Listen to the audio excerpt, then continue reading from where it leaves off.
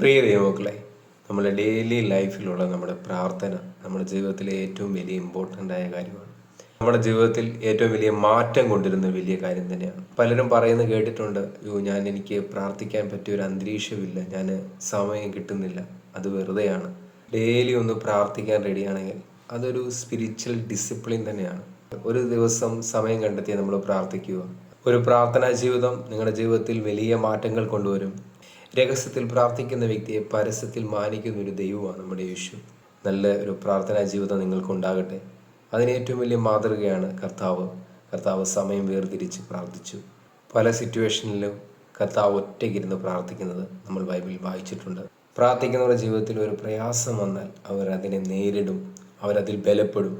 അത് ദൈവവചനം പറയുന്നത് മത്തായി 6:6 പറയുന്നു, നീയോ പ്രാർത്ഥിക്കുമ്പോൾ അറയിൽ കടന്നു വാതിലടച്ച് രഹസ്യത്തിലുള്ള നിന്റെ പിതാവിനോട് പ്രാർത്ഥിക്കുക. രഹസ്യത്തിൽ കാണുന്ന നിന്റെ പിതാവ് നിനക്ക് പ്രതിഫലം തരും. പ്രാർത്ഥനയ്ക്ക് പ്രതിഫലമുണ്ട്. രഹസ്യത്തിൽ പ്രാർത്ഥിക്കുന്ന, പരസ്യത്തിൽ മാനിക്കുന്ന ഒരു ദൈവമാണ് നമ്മുടെ ദൈവം. God bless you.